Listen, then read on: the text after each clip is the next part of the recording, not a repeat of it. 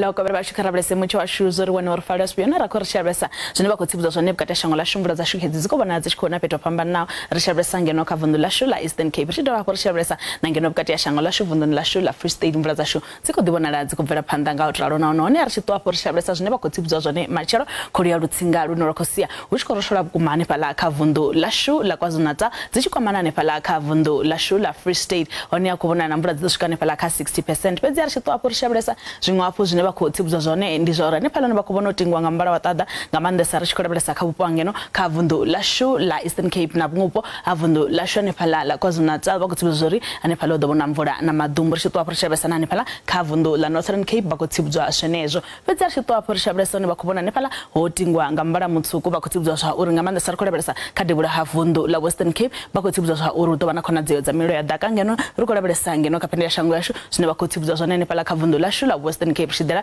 nangeno kavundu la Eastern Cape mimuye dobe de namanda bukuma zvino zvatamba pezore anepala rikorabelesa nepala kamagabero rikubona zora adoba ukwata bukuma rikotwa prishabelesa kavundu la Gauteng zvino bakutsibudza zvone mukubona ro chitobo chikupisa nawo chitoba no phela hamvura utopisa bukuma Pretoria 31 degrees rarabelesa phala Brongosport 32 degrees ratwa rarabelesa nepala kavundu la Limpopo nahone bakutsibudza zori nahone udobo chikupisa bukuma Messina 32 degrees phala Giyani 31 degrees phala Burwa 32 degrees ratwa rarabelesa na kavundu la Mpumalanga zvino bakutsibudza zvono utopisa bukuma phala sikupuzanga 35 degrees na mvura dzashu dzikodibona dzidopera pedzi nemushina wakobona chitochikupisa phala Ledenburg naone kubona chitoba uchikupisa ngautora rikotwa prishabelesa zvimwapo zvinoba kutsibudza zvone kavundu la KwaZulu-Natal ndemushina wakobona naone uchitoba chikupisa na mvura dzashu dzikobona dzichitoba dzichikuna Pietermaritzburg 36 degrees rishabelesa phala Ulundi naone kubona chitoba uchikupisa rikotwa prishabelesa kavundu la Eastern Cape zvinoba kutsibudza zvone Mthatha 30 degrees phala Malitswayi 33 degrees rampezo hayo udoba uchikupisa na mvura dzashu dzikobona dzitoba dzichikuna anephala tsina pende yashangunda rakorishabelesa rikobvera panda ngautora vundu la Western Cape